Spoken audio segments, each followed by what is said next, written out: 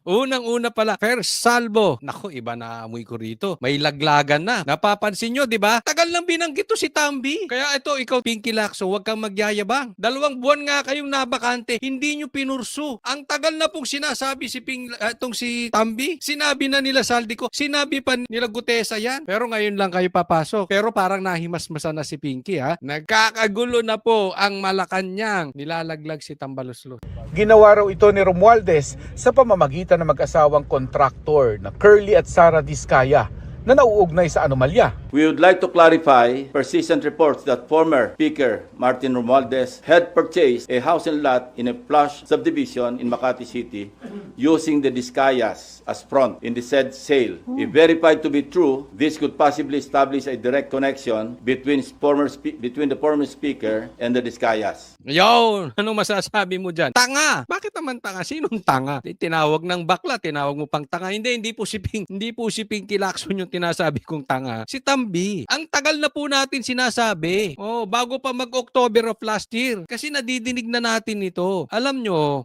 kumbaga sa mga drug lords, nagkakalaglagan talaga yan. Pag umamoy ang baho, hindi po pwede walang malalaglag. Hindi po pwedeng walang magtatraidor. Sinasabi na natin, unahan mo na Tambi, magsalita ka na Tambi. Eh ngayon, ikaw nilalaglag oh. Di nyo ba napapansin? Iba na tono ni Pinky. Iba na tono nitong mama na ito.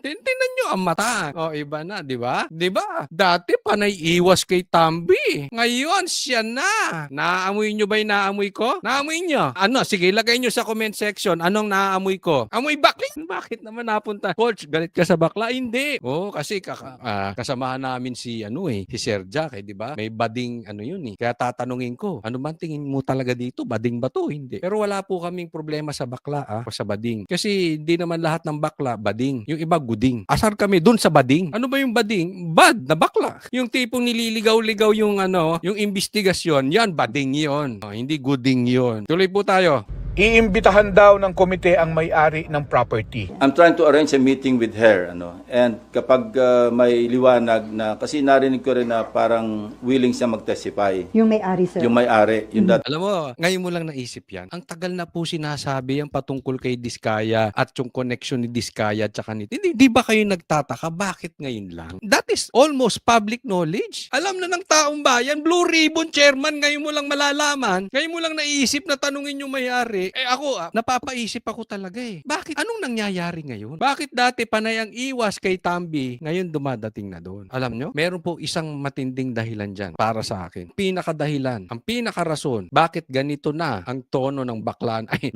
senador. Sorry, Pinky. Naniniwala ako hindi ka bakla. Bakit bago nagtono ang senador na ito? Kasi natunugan nila yung natunugan ko. Yung nagbulong sa aking bubuy. Yung reliable source na nagsabi sa akin, may tunay na attempt para ipa-impeach si Bongbong Marcos sa Kamara. So naramdaman siguro nitong mga ito, di umano, lintik ka, ilalaglag ako. Alam naman natin sino ang hari ng Kamara. Sino ba ang hari ng buhaya? Sige, ilagay nyo nga sa comment section. Sige, tanong, sino ang hari ng buhaya? Alam to buong Pilipinas. Wala kang alam sa politika kung hindi mo alam to. Pero kahit grade 6, alam to. Diba? Yung pinsan niyang si Romualdez. Walang galaw ang Kamara nang walang go signal. So siguro naisip nila, ba't lintik to lalaglag ako. Okay?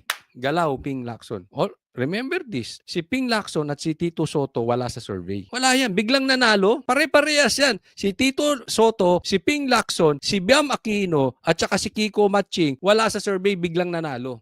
I-remind ko rin ulit kayo, ang ganda ng investigasyon ng ginagawa sa Blue Ribbon sa pangunguna ni Senate President Chis Escudero before at saka ni Marcoleta as Blue Ribbon Chairman. Nung napupunta na kay Tambi, pinalitan nung dalawa, nagka-leche-leche na po ang investigasyon. Tapos nawala na. Ngayon babalik. Tapos parang hero si Lacson. Hero! Ay, magpaliwanag ka, Tambi. Naniniwala kayo? Nagkaroon na yan ng go signal sa ibabaw. Napag-usapan. No, sige! Ito ay aking isip lang ha. Isip ko lang, hindi ko sinasabing ito ang nangyari. Pero ito ay posibilidad na nangyari. Alam naman natin na ang Pilipinas ay may tagal ng under sa oligarch. Sa mga mayayamang, super yaman, ultra luxury, ultra rich, parang ganun, ultra wealthy, ultra business, lahat ng ultra na may influence sa politika ang humahawak sa Pilipinas. Sinabi yan ni Libiste. Alam nyo, sabi niya, hindi po trapo ang nagpapahirap sa Pilipinas. Hindi korupsyon. Ang pangunahing nagpapahirap sa Pilipinas, mga oligarch. So, ibig sabihin, may say po ito sa direksyon. Posibleng isa ito sa dahilan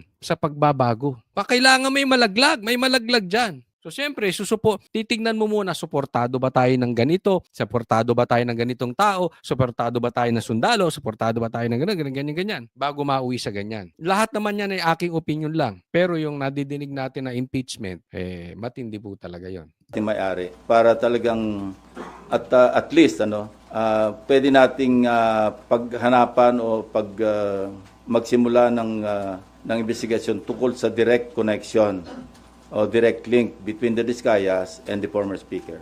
Ayon naman sa abogado ni Romualdez, walang alam o kinalaman sa mga transaksyon si Romualdez. Hindi umano nito nakausap ang mga Diskaya at nakilala lang sa mga ulat sa media. Wala aniyang basihan ng ulat na ginamit ang mga Diskaya bilang front sa pagbili ng mga ari-arian.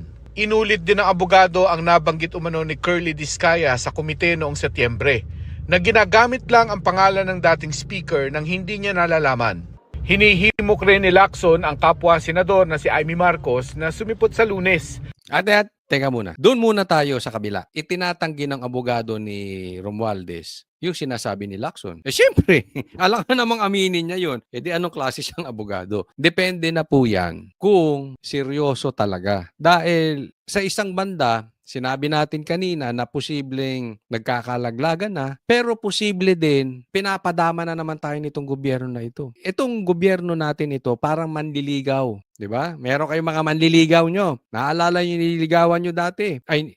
Nanliligaw sa inyo, sa mga kababaihan. Lahat ipapangako, pati yung araw ipapangako, pati bituin, buwan, hindi naman kanya ipapangako. Pag napasagot ka na, pag naaangking ka na, wala nang lahat yun. Ganyan ang ginagawa ng gobyerno. Napapansin nyo ba? Paligaw-ligaw ang investigasyon. Magsasalita ng Merry Christmas. Maraming makukulong. Pero wala namang nakulong. Si Diskaya lang. Wala namang big fish na nakulong. So abang-abang muna natin anong style nito si Pinky Lacson. Diba? Posibleng nagyayabang lang yan eh. Pero pagdating sa Lunes, pagdating sa hearing, harang naman sila ng harang. Huwag muna nating husgahan. Pero kung ito'y talaga, ako po very positive ako dito na maganda po talaga ang 2026 natin.